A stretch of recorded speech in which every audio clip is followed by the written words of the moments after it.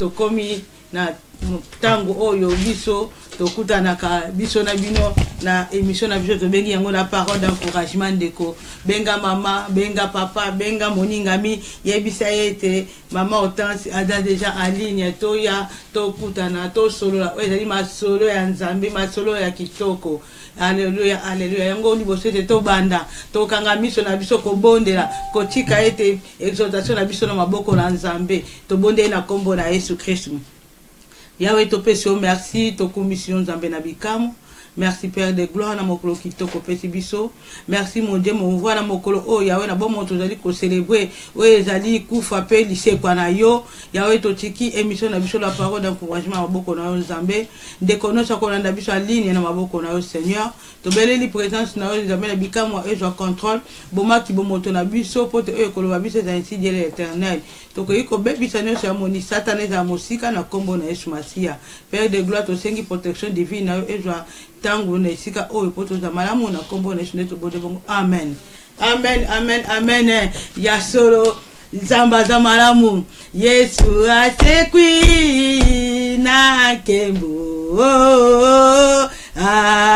Alléluia Yesu asekwi na kembo Alléluia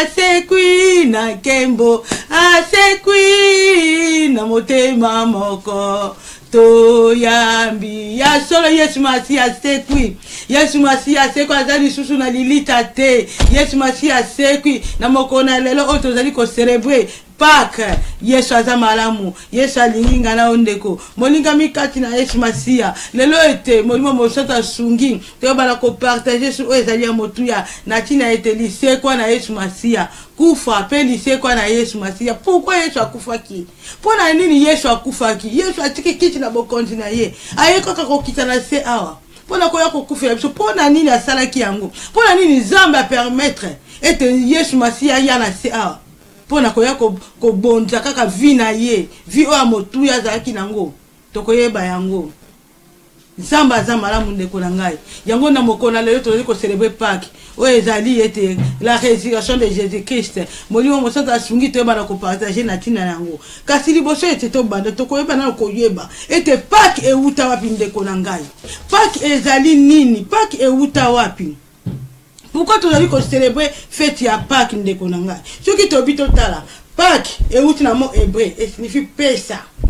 Et signifie Pessa. Pessa on a, c'est-à-dire que la fuite des peuples juifs. Peuple juif, la fuite des peuples juifs de l'Égypte. Donc nous peuple juif qui kobimana bango na boumbu. Kobimana bango na boumbu tango bazali ko traverser mer rouge. Yango biso tozali ko benga ngo Pâques ndeko na ngai soki tobi to ke kotala histoire ya pas ko biso tozali ko célébrer e bandaki ndenge nini soki tobi to zonga nango na mwasi mandeko na ngai Pâques euta wapi Pâques lingo bate to soki tobi to zonga na Ancien Testament ete Nzambe atindaki Moïse et pas ya Pharaon alors bien te na moni bana nanga baza ko nyokwama na moni bana nanga bazali ko souffrir et sengeli ngala tinda yo okene ko libérer bana nangai na Égypte et pas bakanga maki na boumbu pe ete Moïse akendaki kokene Moïse akendaki ko yebisa Pharaon ete Nzamba atindi ngai o libérer bana na ye kasi Pharaon na motema makasi o azalaki nango aboyaki ko libérer peuple juif na boumbu akangaki bango kaka alors tellement que Moïse ayaki na violence te Moïse ayaki na ndenge ya malembe ko ya ko solola na Pharaon kasi Pharaon aboyaki koyoka Moïse ete ya azalaki motinda mina Nzambe aboyaki koyoka ye na nzela ya koyoka ye ete sengaki ete Nzambe ayeba na ko décider. Et c'est là que tu as décidé na kotinda fléau pour te l'homme se qui permettre ete Pharaon a céder pour na libérer peuple na ye kasi au fur et à mesure ete Nzambe qui kosama kama e bandaki ko baki ça Pharaon kanda Pharaon aboye qui céder et pesa ki Nzambe kanda Nzambe tini ba fléau to moni na ngondo di fléau na kati na Bible atinda ki ba fléau be atanda ki mai na sang to moni eta tinda ki ba grenouille to moni ete atindaki ba mouche tomoni ete atindaki bapota na banzoto na batu tomoni atindaki basoterei tomonaki etina na niveau ete azali koyoka te aye kotinda ete baboma tous les premiers nés oyo babotamaki kati na Égypte. Alléluia. Tous les premiers nés sengelaki bakufa nyonso ozani parce que Pharaon abandaki koyoka te. Pharaon aningi koyoka mongoko na Nzambe te mpona kolibere bana juif kati na bowumbu. Esikaki ete Nzambe kanda na ye mati atindi ete baboma tous les premiers nés na kati na Égypte. Kasi lokola oyo bazalaki épargné ya Nzambe bazalaki na kati wana esengelaki na Nzambe apesa bango consigne.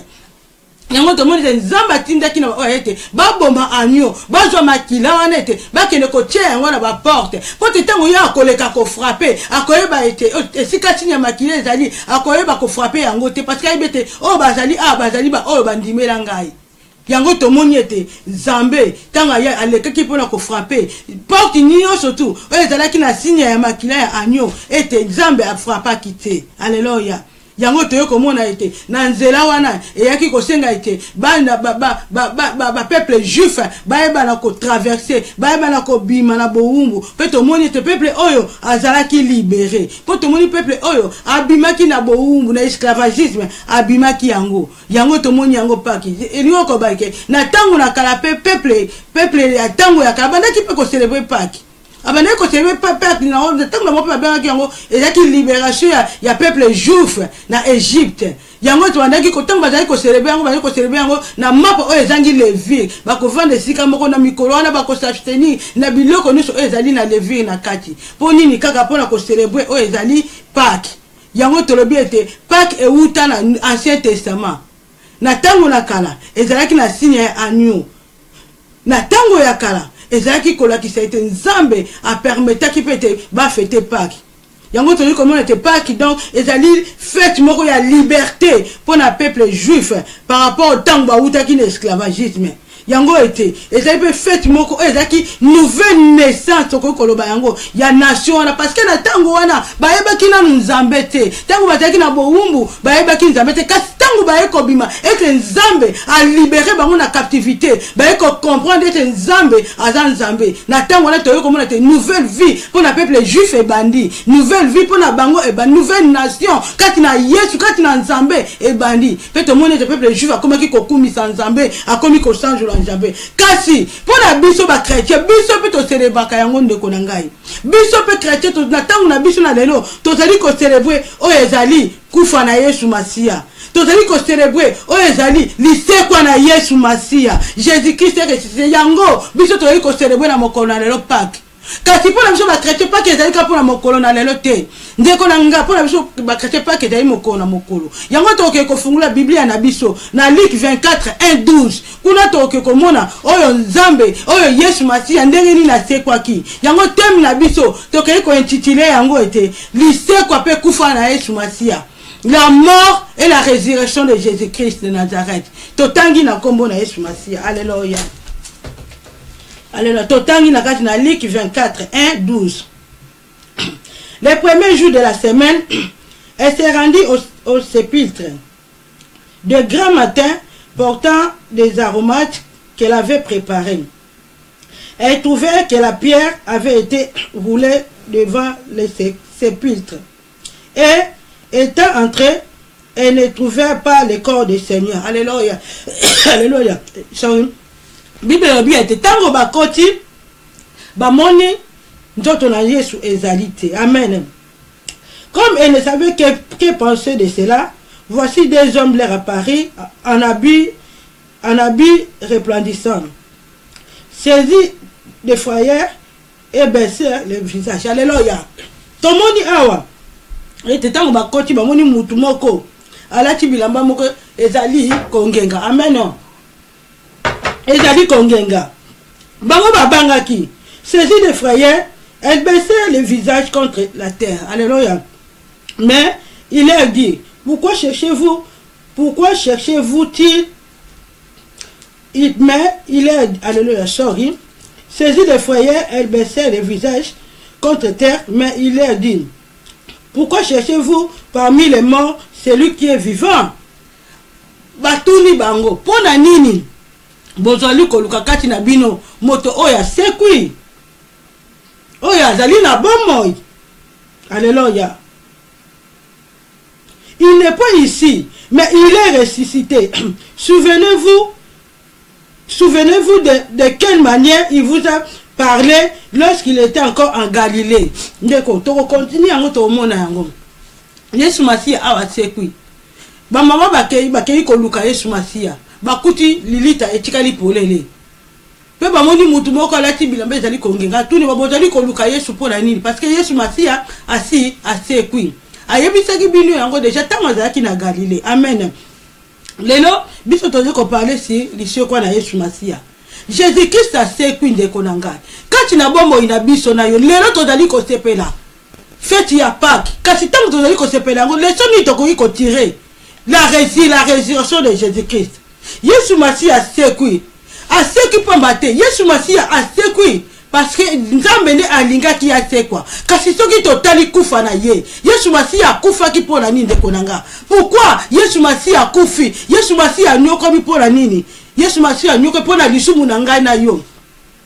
Biso batu tozaki bato na masumu. Biso batu tozaki sous la prise du diable. Tozaki condamné na ba loi. Kasi Jésus-Christ na mawana ye. Andimi ko kufela nga na yo. Jésus-Christ na mawana ye. Andimi ko tika titi na bokonzi na ye. Akiti na sena moi. Pona ko kufela nga na ndeko na ngai. Pona nini te to ko ya ko comprendre yango. Pona nini te to ni ko bongo la motema. Totala. Vie à Jésus-Christ. Asalaki malamu. Kasi Nzambe atali etabiete. Esengeli ya atinda mwana na ye. Fils unique na ye. Aya ko kufela ngai na yo. Pote ngai na yo tozwa kimia, tozwa pe, tozwa bolimbisi ba masumu. Tozwa oyo toza nango bosenga ndeko na ngai. Alléluia. Résurrection ya Yesu Masia esengeli pesa ngai na yo courage ndeko. Esengeli ngai na yo epesa biso courage. Epesa biso courage ko kene kote ya sango malamu na ye. Epesa biso courage ko kene ko prêcher. Na tango oyo ennemi ezali ko sepela te, tango tozali kote ya sango malamu. Kasi lokola Yesu Masia akufi. Pe asekwi. Epesa biso courage ndeko na ngai.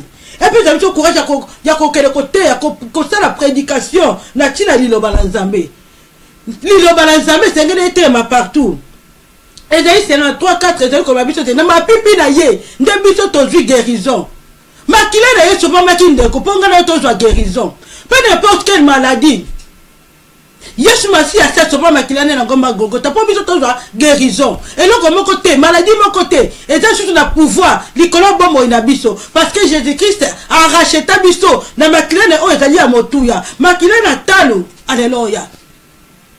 Alimaki ko sopa yango po te biso tozwa kimande konanga. Yesu Masia alingi biso. Alingi biso yango ete atika kiti na bokonti na ye koya ko kita na se awa. Makilane asomba biso.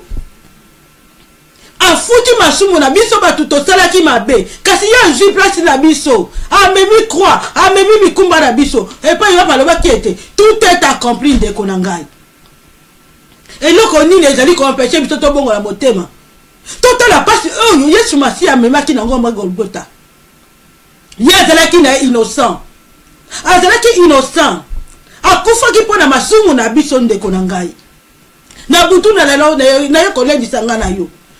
Et c'est lui qui a kobanga Nzambe. Yesu Masia alingi biso Nzambe alingaki biso dès la création du monde. Yango alimbaki kotinda mona na chose tali yango na Jean na Jean 3:16. Bible ezali koloba biso te car Dieu a tant aimé le monde. Il a donné son fils unique afin quiconque croit en lui ne périsse jamais. Nzambe alingaki ngala yo. Yango atindaki mona na ye. Et soki wana te kotina tini mona na ye biso bato na mokito ndimi yete.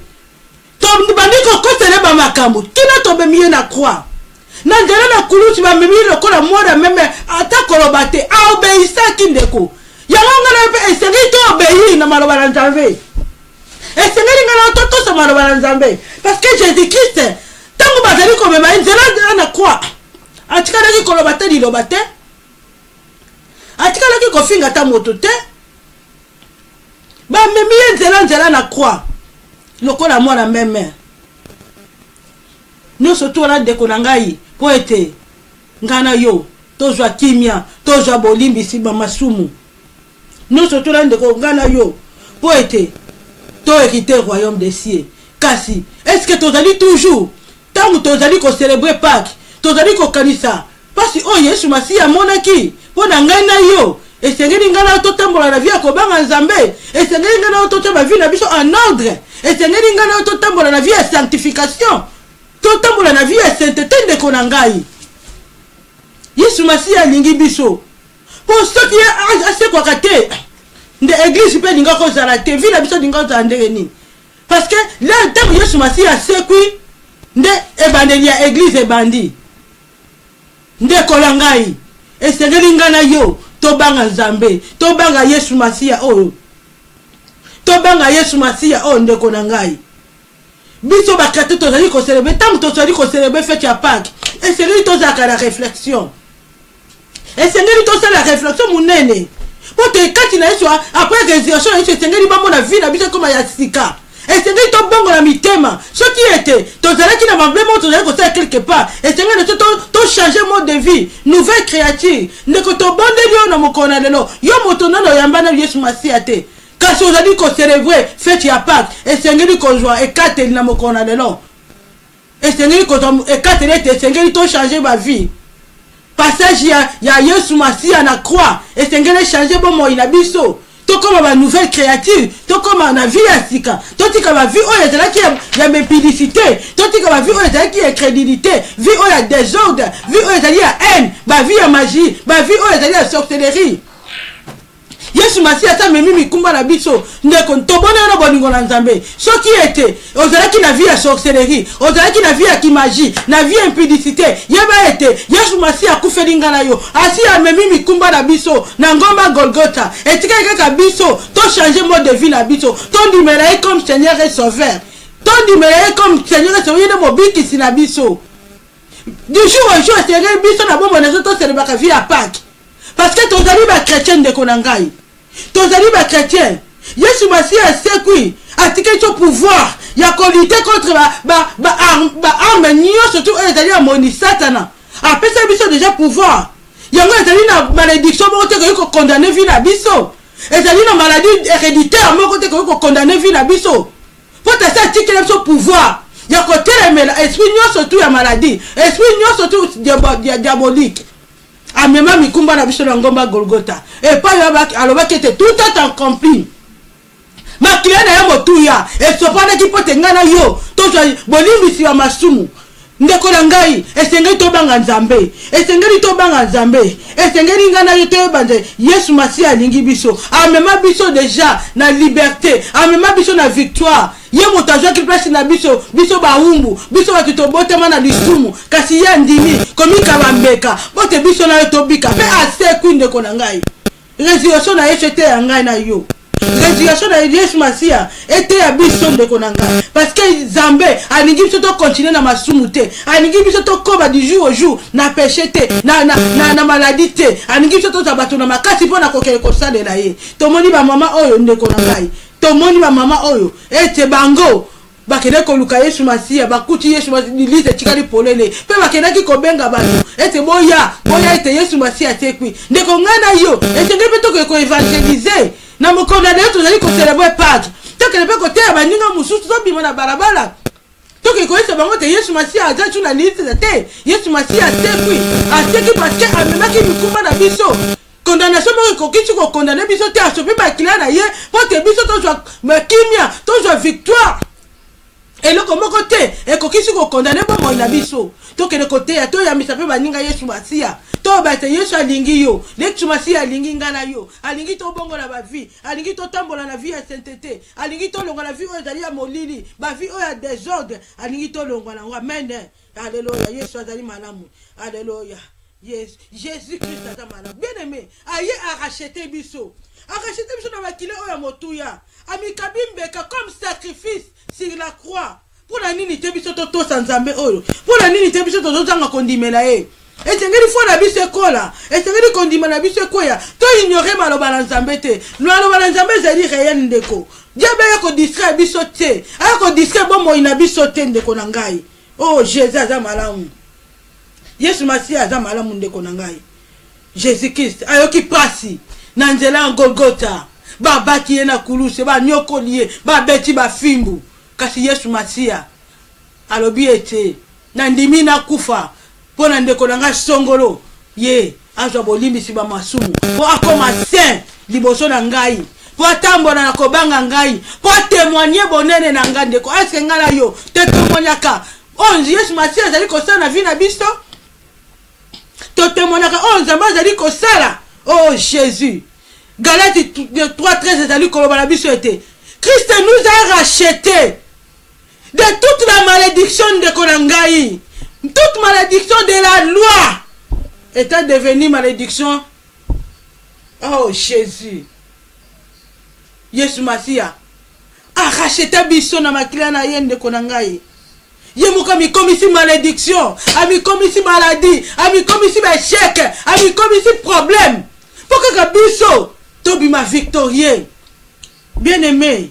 Oh, Yemoko ami komisi mutuna masumu ye mutazalaki agneau satage ati mutazalaki na ye parfait mais à cause ya mawana ye andimi kokoma na tâche biso tokoma ba parfait ndeko toute la dimension toute la degré ya bolingo oyo Nzambe lingaki kotinda mwana na ye ndeko na ngai aza malamu ndeko to minimizaka Yesu Masia te partout ozali kokende tango bazali kotema loba na Nzambe esenga na biso tozwa yango esenga na biso toyoka nini bazali koloba ndeko na nga liloba na Nzambe ezali ya motuya liloba na Nzambe ezali ya motuya ndeko na ngai tomoni yango liloba na Nzambe eza ya motuya ndeko na ngai Yesu Masia alingi biso Yesu Masia alingi biso ndeko na ngai haleluya Jésus haleluya Jésus alingi biso ndeko na ngai tika ete na nzela na Pâques oyo tozali ko célébrer résurrection ya Yesu Masia interpellé ngana yo que Yesu Masia akufaki pona masumu na ngana yo andimaki etami komisa mbeka pote biso tozwa kimia na nzela na mapipi na ye nde biso tozwa guérison na nzela pasi na ye tokoma bato na esengo tobengama bato na esengo tobengama bana na Nzambe tobengama les élus de Dieu ndeko yango ete senga biso totambolaka na fierté et senga biso partout tokokende donc témoigner oh Yesu Masia asala kati na biso ndeko pourquoi Yesu Masia ndinga kokufela ngana yo pourquoi mort na Yesu Masia ekenda sango pourquoi il mort na Yesu Masia motonyo surtout Bible koma kolobe yango ndeko mort na Yesu Masia c'est différent na bato misusu bakufa na Biblia mort na Yesu Masia ekenda sango parce que différent c'est akufela ngana yo Yesu Masia ezali te ke amikufaka ye moko non ezali nde batu babomaki ye batu nde babomaki Yesu Masia akufa na maladie songolo te kasi Yesu Masia ezali nde batu nde babomaki ye pona nini babomaki ye parce que alingaki kokufela ngai na yo biso bato na basumu alingaki arachete biso yango ete lokola azalaki kotémoigner bon Nzambe kati na ye lokola ete amibengisaki roi de roi lokola ete alingaki ete moto azala lolenge ya alingi na se na moi Yesu Masia andimaki kokufela ngai na yo ndeko na ngai kokufela ngai na yo ndeko na ngai ye mutazalaki na ye parfait ye mutazalaki na ye satage mais andimi kokufela ngai na yo ndeko na ngai oh Jésus Yesu Masia aza malamu ndeko na ngai tomoni ete lisumu ya Adam na Ève lokola ba désobéissaki na jardin d'Éden lisumu wana ndeko na ngai et entraîné de génération en génération de descendants kino kokoma na biso lisumu ya Adam na Ève kasi Nzambe na mawana ye alingi lisumu wana etikala seko te yango atindi mwana na Yesu Masia aya kokufela biso arachete biso na limasumu arachete biso na pasi arachete biso na ba problème arachete biso na besheki o tozali kokutana nango na se na moi ndeko na ngai tokoyoka quelque chose ko ba ete Adam atekaki humanité na lisumu kasi lokola Nzambe aza Nzambe alingaki te lisumu wana ezala continuellement yango atindaki mwana na po ya ko effacer lisumu o ba dansalaki o ezali kokita de génération en génération atindi mwana na Yesu Masia aya ko effacer lisumu wana ndeko lokola effacer yango elingo bate to commissaire na mokona lelo ndeko toza ko célébrer Pâques toza ba sena biso na Nzambe. Yesu Masi a racheté biso na maladie, a racheté biso na baloi ezalaki condamné na bomoi na biso, a racheté biso sur la prise ya diable. Ndeko totambola na kobanga ye, toki ma impudicité, toki ma incrédulité, toki ma vie haine, ko yina na kati na biso sengere longwa, ko tonga na kati na biso sengere longwa ndeko. Bien aimé kati na Yesu Masia, Jésus-Christ a sombi biso na makila motuya. Tozali justifié liboso na ye. Oh, aza malamu. Aza malamu ndeko na ngai. Eloko nini biso toko kopesa na Yesu Masia. Bobele ko kumisa ye. Bobele ko kene ko panza sango malamu. Bobele ko reconnaître ye na bomoi na biso, na etamboli na biso partout okozala. Esengeli bamo na biso tozali bana na Nzambe. Na bikotambola na biso na ba comportement na biso. Esengeli bato bamona ete ya solo Yesu Masia akufa ki pamba te. Asopa makila na ye pamba te. Makila na ye ezali ko témoigner. Esengeli biso tozala témoignage na Yesu Masia. Esengeli ngana yo totambola na kobanga Nzambe. Esengeli ngana yo tokumisaka Nzambe butumo ko louer ye. Ko talisa kembo na ye kati na bomoi na biso. Yesu Masia aza malamu. Yesu Masia aza malamu. Tango nyonso tundeko na ngai tokozana na problème. Tango nyonso tokokuta na problème songolo. Toyeba ete toza na assistant na biso moko. Toza na vrai assistant. Oh, asopa makilane na ngoma Gogota. Toza na avocat na biso ndeko. Avocat na biso nde Yesu Masia. Yena zali ko plaider cause na biso pa ina papa. Yena mutazali ko bonde la tango ne se pa ina papa pona tina bombo ina biso. To bonde na bolingo na Nzambe ndeko. Tozali na assistant na biso. Tango probable ke na kolele pa ina nani. Tango tozali ko kuta na maladie, toza ko yima pona nini? Comme la maladie na biso pa ina Yesu Masia. Toke ko yebisa te Yesu so pa makilana na ngomba Golgotha. Pourquoi maladie o za ko rumela na bombo ina ngai? Pourquoi échec toujours na bombo ina ngai? Pourquoi toujours maladie héréditaire na tindoto na ngai? Pourquoi toujours ba tension na ndoto na biso? Biso to yebi attention longa maladie na ngomba Golgotha. Yango tozali ko pamela na kombo na Yesu Masia maladie kité libota na biso au nom de Jésus-Christ Nazareth. Ndeko tango tozali ko déclarer avec foi. Tota na kondima ete Yesu Masia ko kokisa yango. Tota na kondima ete Yesu Masia ko kokisa yango. Parce que yenda zali wana le vrai assistant bomo na biso. Yenda zali avocat, azali ko plaider tango nyonso tout. Alléluia. Akufa ki pona biso. Tota foi na biso epai na ye. Jésus-Christ azaki obéissant jusqu'à la mort ndeko. Na sena moi oh esenge biso beto za obéissant na parole de Dieu. Na sena moi oh esenge biso beto za obéissant. Na batu oh Nzamba tient à disposition na biso oh bazali côté so baloba na Nzambe. Bien aimé to bonne na boningo na Nzambe. Tango basana Nzambe bazali ko memela la parole de Dieu. Na de l'évangélisation. Ce qui est au côté de mon Nzambe, a teyon neko, et c'est dima, parce que c'est la parole de Dieu. L'ilo Nzambe va ignorer en côté. Ceux qui t'ont dit qu'on comprenne te, et qu'on se la passe dans mon colonna soukandeko. Tango oye pesa melingalo to na bon moi. Tout ça de Nzambe. Tango oye te pesa melingalo na sena moi oyo. To lukelo ngina Nzambe. To banga Nzambe. Yesu Masia sa kufi asekwi. Aseki parce que biso to zwa kimia. Aseki parce que linga ki biso aseki parce que biso to sino zi bolimi si wa masumu. Eloko moke ko etekale fi na biso ezalite. Kasi devant na biso na sena moi. Esenge biso pe. To rendre Yesu Masia o pe kit d'adoration. To rendre kit de louange au travers ba cantique ne tamboli na biso. Ete amona ke ya solo na kufa ki ya solo pamba te. Ete bana na ngai pe bazali obéissant na parole na ngai. Yesu Masia alingi biso to changer ba mode de vie. To bongo la mitema ndeko. La résurrection de Jésus-Christ. Asili asekwi. Asomba biso na makila na talo. Na tena mapipi na yende tozui guérison. Nde tozui kimia. Nde tozui ba bénédiction ndeko na ngai. Malédiction moko te ko condamner sous bon moyi na biso. To bondelo na bolingo na Nzambe pa ozali. Yesu Masia alingi biso. Et le comment tu es qu'on condamne biso. Chrétien célébrera pas du jour au jour. Parce qu'il y a des chrétiens. L'histoire qu'on peut koufa na Yesu Masia.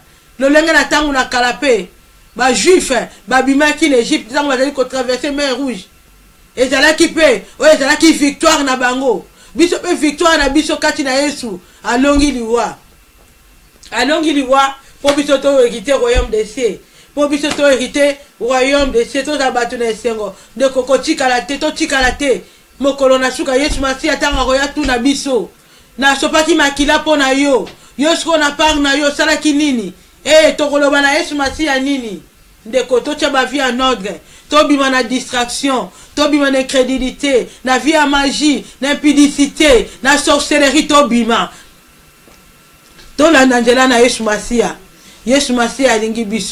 alingi biso totambola na ye yango nezalaki exhortation na biso tosilaki kopartage na mokanda na Luc 1 tomoni kino na 12 kasi totangi ndambo po tolingi ete tokende ko continuer yango bilanda kundeko Yesu Masia aza malamu yango tokomi na suka tokende kokanga misu toke kobondela kopesa Nzambe merci po te animaki kosopa makila na ye na ngomba Golgotha topesa Jésus Christ merci asopaki makila na ye ya motuya moto mosusu akoki kosala yango te papa na mama na bandeko na biso bakoki kosopa makila te pona biso tobika kasi Jésus Christ asalaki yango soki asalaki yango parce que alingaki biso soki asalaki yango parce que na mawa na ye likolo na biso alingaki ete biso tozwa bolimbisi ya masumu totambola susu na condamnation te yango tobonde na kombo na Yesu. Merci Seigneur Jésus-Christ. Merci Nzambe na bikamwa. Merci Seigneur pour na kufa pe lisekwa na yo. Merci pour te racheter biso na makila na yo. Merci Yesu Masia pour te tondimi ete na nzela na makila na yo nde tozwi kimia na nzela mapipi na yo tozwa guérison. Nzambe tika ete na bomo ina biso partout tokozala Nzambe totatola bonene na yo Yesu partout tokozala papa totatola o ezali kimia pe lisekwa na yo oyo sali na bomo ina biso na kombo na Yesu. Haleluya.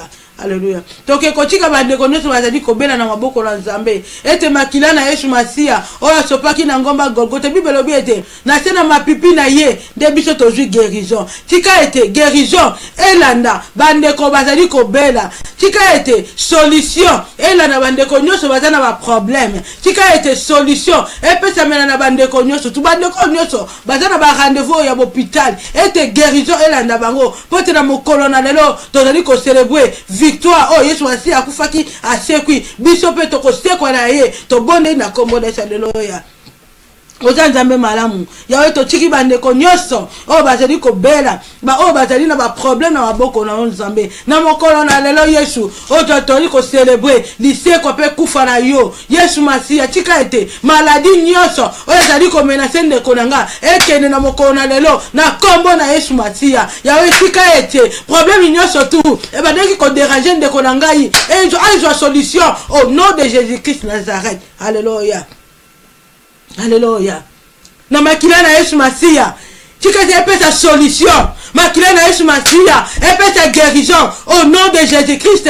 Makila na Yesu Masia ekele kolongola kufa na mabota na kombo na Yesu Masia. Alléluia. Makila na Yesu Masia ekele kolongola nese teteleki bakona na sa famille balie satanique balie diabolique na kombo na Yesu Masia. Makila na Yesu Masia ekele ko purifier corps âme penzoto na biso mobimba au nom de Jésus-Christ Nazareth. Au nom de Jésus-Christ Nazareth na kombo na Yesu Masia na kombo na Yesu Masia. Oh Jésus. Alléluia. Toke ko bonde na Yesu ete makila na Yesu Masia ekangola ce qui était et pas iwapi Dieu bezali ko semer na future maladie na future ezali esprit de mort na ma famille makila na Yesu Masia ekele kolongola ngo na kombo na Yesu tobondeli au nom de Jésus-Christ. Makila na Yesu Masia ekele kolongola effacer ba projet démoniaque nyonso ezali ko préparer na future ya kobebisa vie ya bana na Nzambe makila na Yesu Masia ekele ko effacer au nom de Jésus-Christ Nazareth. Au nom de Jésus-Christ Nazareth na kombo na Yesu. Alléluia. Tokele ko célébrer victoire na bomo ina biso na bomo ya bandeko na bomo ya bandeko babeli na bomo ya bandeko za na prison na bomo ya ndeko nyonso tu aza kobela tokele ko célébrer guérison tokele ko célébrer victoire kati na Yesu Masia. Yesu asekwi aza biso sous la lilita te lolenge moko maladie eza sous la santé na biso te lolenge moko échec kolanda biso lisusu te lolenge moko ete moloko moko te ekoki kointercale bomoi na biso tokone na kombo na Yesu haleluya. Au nom de Jésus-Christ, makila na Yesu Masia, et que Yesu kopeta guérison, et sanctifié, bon moi inabiso, et sanctifié, bon moi bala nanga, bon moi mobali nanga, bon moi libota frère alpha, bon moi libota nanga, makila na Yesu Masia, et sanctifié, bon moi bande konyoso, to bonde la kanabaron na l'église la puissance divine, makila na Yesu Masia, et que sanctifié, bande konyoso baza na ligne, makila na Yesu Masia, et que sanctifié, bande konyoso na kombo na Yesu Masia, au nom de Jésus-Christ. Alléluia. Merci éternel Dieu tout-puissant. Merci Père de gloire. Ton péché, merci. Ton sang Julien Zambé. Namoko na lelo. Oh, biso ba chrétien. Ton dali ko célébrer. Lycée kwa na Yesu. Chrétien célébrer lycée kwa na 10 jours au jour. Mi kolonio so pe na tango nyoso. Kasi Zambé. Oh, kufaki. Pe o sekwi. Pona masumu nangana ndeko nangai. Oh, mikabimbeka. Oh, ndimi ya wana bomoy. Oh, mema nyoso tu. Oh, ezalaki mikumba na biso. Oh, décharger biso. Yahweh to dali reconnaissant. Merci Seigneur Jésus-Christ pour notre Seigneur, notre sacrifice na yo sur la croix. Merci Seigneur Jésus-Christ pour commettre biso nouvelle vie. To kufi na yo, te seki na yo, to changer ma vie. To komi bekela mon asika, to komi na vie asika. To yambi yo Yesu Masia. Ba oh ba yamba ki to Yesu. To dala kondima na mokona lelo. Ba sosoli ete yo kufa ki pona masumu na biso. Esengeli ete biso pe to tambola na kobanga yo. Esengeli ete biso pe to chavi na biso en ordre. Kumbama na Yesu Masia na njela makila na yo epesi biso victoire epesi biso kimia et libérer biso na captivité otozalaki ya moumbu ya satana na moumbu ya masumu topesi yo merci na kombo na Yesu Masia tokeyi ko telemela oh nyota moni satana oh kwa kwisu ko ya ko tia semasi na ya mabe semasi na yo za distraction oh ezali ya ignorance oh ezali ya kobanga oh ezali ya incrédulité to bebisi misala na diable ezala mosika na kombo na Yesu Masia. Alléluia. Topesi o merci. Topesi o merci Nzambe. Kumbama na yo. Joie na yo lokumu. Na kombo na Yesu Masia nde tobone ibongo. Gloire à toi Seigneur Jésus-Christ. Alléluia. Tokomi na sur exhortation na biso. To lingi bino na bolingo na Nzambe. Ete Nzamba lingi biso. To bosa na tete. Na oraro. Tozali na page 89. Kuno kokuta Congo Mokristo pe. Ba différents prédicateurs. Bazali koleka. Pona kolendi sangana yo. Pe yo mo tozali kolana biso toujours. En ligne. Na Facebook ndeko. Landa Congo Mokristo. Eko pambola ngana yo. Ezali kopesa biso ete. Kotalisa biso. Lolenge nini tozali kotambola. Ndeko. Tokanga mana Yesu. Mikole komi mabe. Mikole komi mabe. Jésus-Christ revient bientôt. Tokozala wapi. Soki to préparer bon mo inabiso na sena moite moko na suka Yesu Masia tanga koya akotuna ngana yo osala kinini na sena moi oyo tango ya oyo yango ngana yo tokanga wana Nzambe Yesu Masia ningi biso to komi na suka ndeko na ngai to kutani mbala sima na émission na biso la parole d'encouragement. Bye bye.